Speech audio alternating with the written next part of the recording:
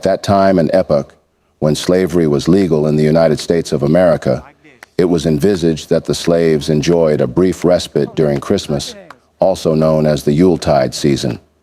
It was also said that this auspicious holiday was often characterized by seasoned and very tasty meals, lots of music, mostly known as Christmas songs, dancing, sometimes, in company with their white neighbors.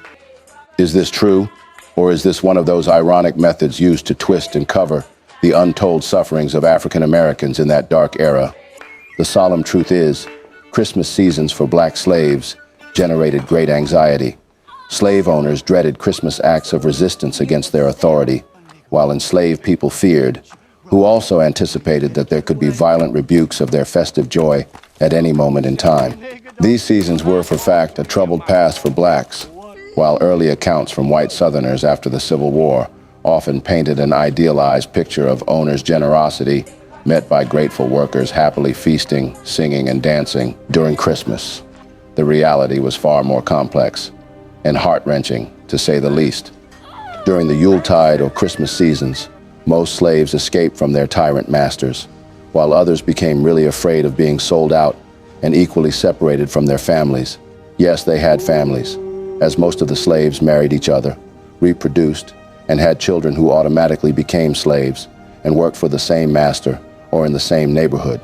But during Christmas, most of these masters sold out their slaves, gave them out as gifts to their friends or well-wishers, or gave them out in payments of their debts. This act instilled so much fear and anxiety in the hearts of these slaves during the Christmas season. Picture yourself in the said horrible situation. What would you do? How would you feel?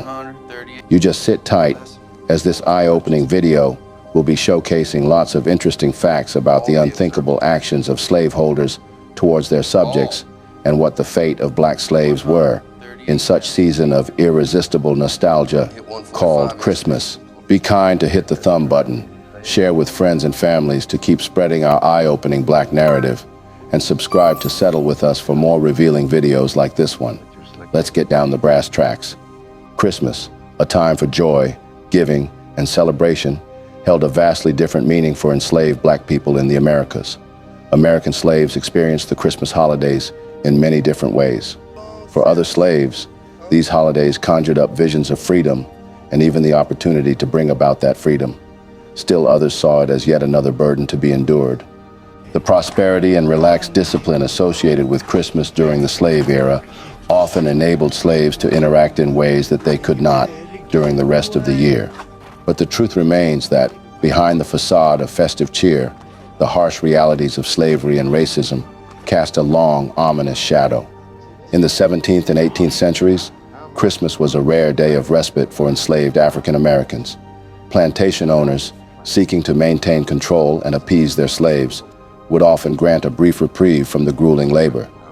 This holiday was a calculated move, designed to reinforce the power dynamics and remind enslaved people of their place. It was all an illusion of liberty, and not liberty in itself. Christmas was the day when these black slaves, male and female, husbands and wives, brothers and sisters, were made to dance, strictly to the entertainment of their white slave masters and their mistresses and children. That doesn't seem like anything near the portrayal of liberty to any rational mind. A day wherein they are made to memorably wrestle and fight and violently aim at one another in a fierce combat, one black male slave against the other, to the injury of themselves, is not in any way liberty, but a wicked mockery of it. And this was all done to merely make the pale faces of their plantation owners and families grin. Enslaved people, however, found ways to transform this meager concession into a testament of resilience and hope. They would gather, share what little food they had, and engage in subtle acts of resistance. Through coded songs, dances, and storytelling, they conveyed messages of freedom, solidarity, and defiance. One such example is the tradition of Jonkanu, a masquerade celebration originating from West Africa. Enslaved people in the Caribbean and Americas adapted this tradition, using it as a means to mock their enslavers, critique the system, and assert their cultural identity. Despite these moments of resistance and cultural preservation, Christmas remained a bittersweet time for enslaved people. The pain of separation from loved ones, the ache of lost traditions, and the ever-present threat of violence and punishment hung over them like a specter. The Fugitive Slave Act of 1793, which allowed slave catchers to pursue and capture escaped slaves in free states, cast an additional pall over Christmas celebrations. Enslaved people lived in constant fear of being torn from their families and communities, even during the supposed season of joy. In this light, there are several historic narratives that cite some very touching experiences of black slaves during Christmas. Here are a few examples. 1. Frederick Douglass's autobiography. In his autobiography, Frederick Douglass recounts the painful experience of being separated from his family during Christmas.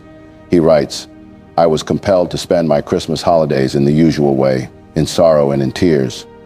Douglass described the period of respite that was granted to slaves every year between Christmas and New Year's Day as a psychological tool of the oppressor. In his 1845 narrative, Douglass wrote that slaves celebrated the winter holidays by engaging in activities such as playing ball, wrestling, running foot races, fiddling, dancing, and drinking whiskey. He took particular umbrage at the latter practice, which was often encouraged by slave owners through various tactics. One plan was to make bets on their slaves as to who can drink the most whiskey without getting drunk, and in this way, they succeed in getting whole multitudes to drink to excess. In My Bondage and My Freedom, Douglass concluded that all the license allowed during the holidays appears to have no other object than to disgust the slaves with their temporary freedom and to make them as glad to return to their work as they were to leave it. While there is no doubt that many enjoyed these holidays, Douglass acutely discerned that they were granted not merely in a spirit of charity or conviviality, but also to appease those who yearned for freedom, ultimately serving the ulterior motives of slave owners. 2. Charles Ball's slavery in the United States. Charles Ball, a former slave, born on a tobacco plantation in Calvert County, Maryland, recounts the somber Christmas celebration on the plantation where he was enslaved. Mr. Ball writes, "The slaves were allowed to visit their friends, but they were not permitted to absent themselves from the plantation. Christmas was a day of sorrow rather than of joy." Mr. Ball's experience as a slave was a sad and depressing one. When Charles Ball was 4, his mother and siblings were sold to another plantation, and Ball never saw them again. Ball remained in Maryland and married Judah, a slave on a neighboring plantation, but they were separated when he was sold to a slave trader from Georgia. Ball was bound with 51 other slaves in neck irons, handcuffs, and chains, and forced to walk for over a month from Maryland to Columbia, South Carolina. There, he was sold to a cotton plantation owner and later worked for the owner's youngest daughter in Georgia. When his owner died in 1809, Ball found himself at the mercy of the owner's sons, whose cruelty was unbearable. That year, he escaped from slavery and during the span of a year, walked from Georgia to Maryland. Ball's Slavery in the United States, a narrative of the life and adventures of Charles Ball, was published in 1836. 50 Years in Chains, or The Life of an American Slave, 1859, was an abridged and unauthorized reprinted of the earlier slavery in the United States. In the narratives, Ball describes his experiences as a slave, including the uncertainty of slave life and the ways in which the slaves are forced to suffer harsh and inhumane conditions. In particular, he recounts the qualities of his various masters and the ways in which his fortune depended on their temperament. 3. Harriet Jacobs's Incidents in the Life of a Slave Girl. Formerly enslaved Harriet Jacobs, author of Incidents in the Life of a Slave Girl, recounts the cruel treatment she once received from her enslaver during Christmas. She writes, "The slave's Christmas was a day of sorrow, not of joy. The slave's heart was heavy with grief." Harriet Jacobs, in her 1861 citation, recalled the delight that enslaved children in Edenton, North Carolina, took in the enslaved Christmas festivities there, central to which were the John Kuner parades. John Kuners were troops of slaves and free blacks, brightly dressed and often masked, who sang and danced on Christmas and New Year's Day in the Wilmington, Lower Cape Fear, and Albemarle Sound areas throughout much of the 1800s. The custom closely paralleled the annual John Canoe celebrations that survive today in Jamaica and the Bahamas.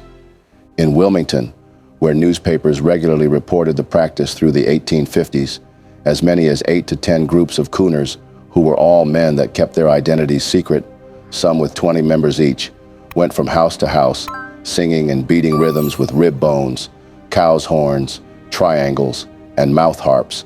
Harriet Jacobs did, however, made mention in her 1861 citation that a John Kuner did order enslaved men to organize themselves into a parade, dress themselves in oftentimes garish and animalistic garb, and process to enslavers' houses within the local vicinity, where they would perform a dance and then expect victuals, liquor, and money in return.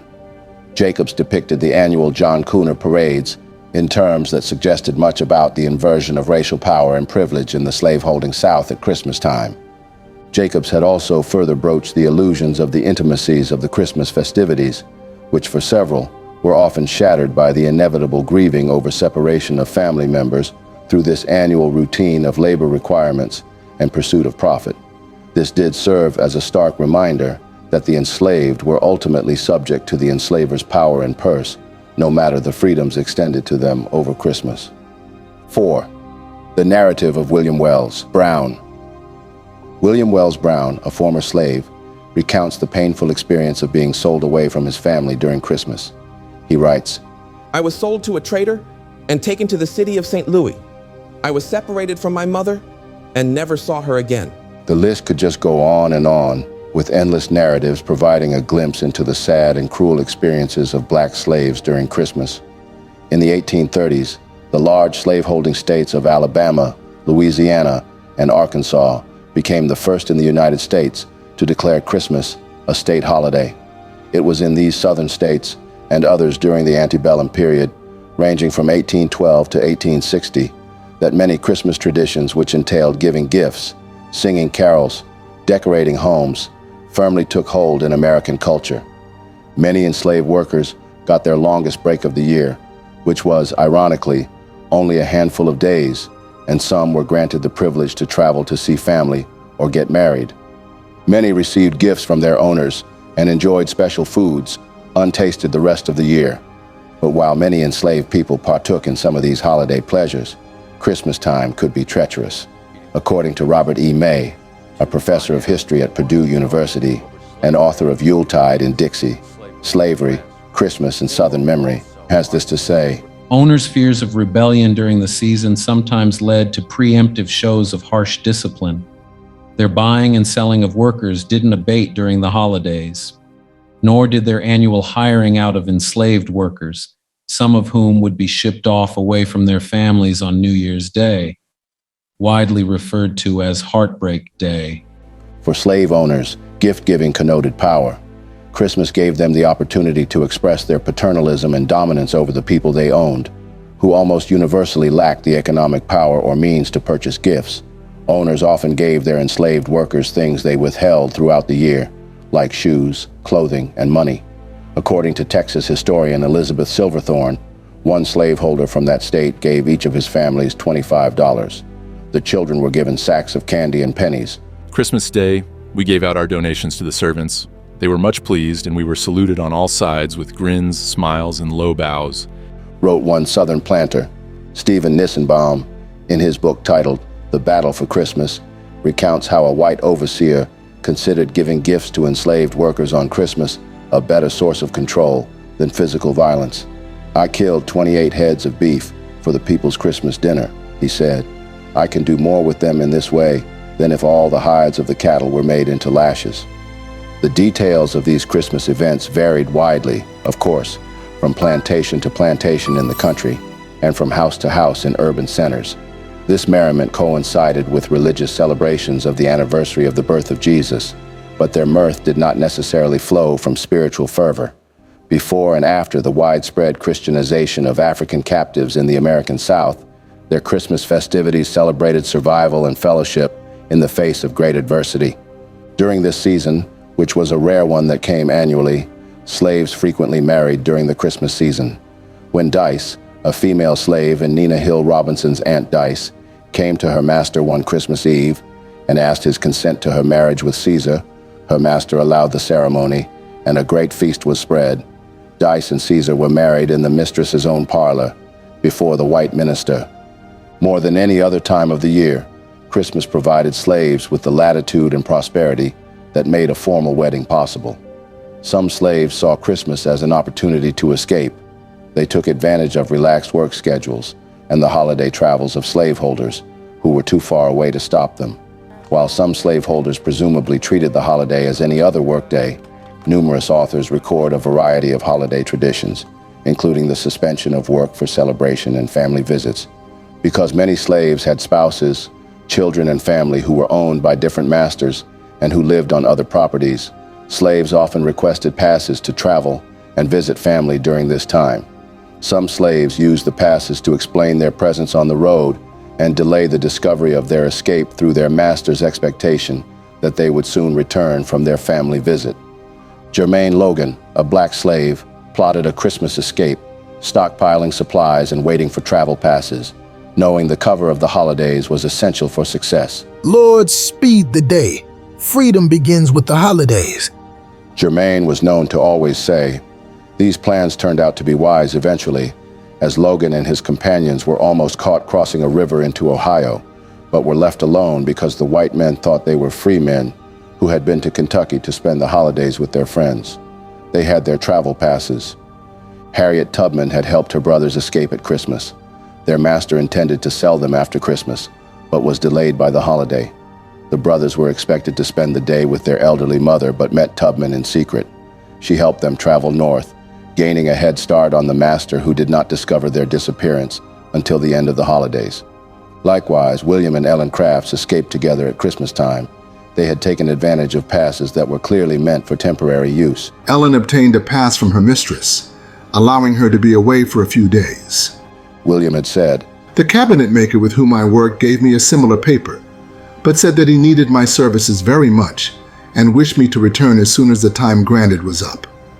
I thanked him kindly, but somehow I have not been able to make it convenient to return yet. And as the free air of good old England agrees so well with my wife and our dear little ones, as well as with myself, it is not at all likely we shall return at present to the peculiar institution of chains and stripes."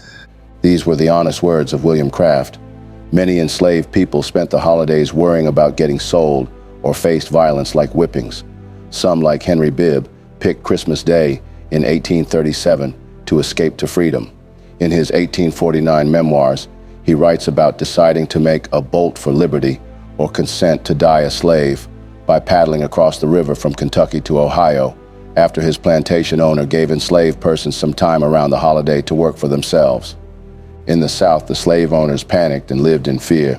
These panics often occurred over Christmas time because the God of white people was down. Southern whites knew that there was a history of slave insurrections coming from the Caribbean and South America. Some of the worst insurrections of all time occurred over Christmas in places like Jamaica. White planters who owned scores, hundreds, or in a few cases even thousands of slaves wrote in their own private diaries that they resented giving them time off at Christmas at all. Another thing that's never pointed out in these fictional accounts later is that a large percent of enslaved people were rented on one-year contracts and often allowed to return home to their original master on Christmas. On January 1st, they would be rented out again, and the master would pick out their new employer. Even if they were given good feasts and good presents, enslaved people had to spend the whole Christmas period worrying about January 1st, whether their new employer would be someone who would whip them a lot or would abuse them in other ways. There were even cases of masters and mistresses giving enslaved people as Christmas gifts to family members and to their children. Louis Hughes, who escaped from enslavement and later in life published an autobiography entitled 30 Years a Slave, recalled in his book how he had literally been presented by his purchaser as a gift to his wife on Christmas Eve. Tuskegee Institute principal Robert Russa Moton, one of the leading black educators in the U.S. in the early 20th century, remembered being a child in Prince Edward County, Virginia, and having to watch his father being conferred as a Christmas present during an estate settlement. And LaSalle Corbell Pickett, the widow of George Pickett, the famed Confederate general who led Pickett's charge at Gettysburg, claims in her own memoirs that her present one year was a 6-week-old black baby boy, accompanied by a deed that made him mine. As anti-slavery sentiment grew stronger in the northern states during the second quarter of the 19th century, Southern defenders of the institution began describing boisterous Christmas festivities as an example of slavery's benign nature. To this end, Many slave owners transformed mundane transactions into spectacles, choreographed to highlight their paternalistic generosity. Fresh meat, for example, was not part of the regular diet afforded to enslaved people, although their meager rations might include salt-cured meat and fish during the year. At Christmas, however, plantation owners across the South provided cattle or hogs for enslaved people to butcher and prepare for their communal meals. Similarly, enslaved people generally received one suit of clothing each year. On many plantations, the annual distribution of new clothes and shoes became a solemn Christmas ceremony designed to underscore the dependence of the enslaved people on their owner's bounty. Numerous documentary sources from the 18th and 19th centuries confirm that most enslaved African Americans enjoyed only a brief respite from hard labor during the Christmas season. The duration of their holiday varied greatly from region to region and among individual plantations. Some slave owners allowed their chattel servants a day of rest, while others suspended the normal routine of work for the entire week between Christmas and New Year's Day. A 3-day holiday seems to have been the standard across South Carolina, commencing on December 24th and concluding on the evening of the 26th. This brief holiday respite was not entirely free of obligations, however. Across the American South, laborers, enslaved and free, were still obliged to perform a number of routine chores at Christmas. Farm animals had to be fed and tended, for example. Fresh water had to be drawn from wells and toted indoors, ashes collected from fireplaces and discarded, chamber pots emptied, firewood stacked and fires stoked, coal shoveled, animals butchered, victuals prepared, meals served, babies nursed, and so on. Only the wealthiest people enjoyed a holiday of complete leisure.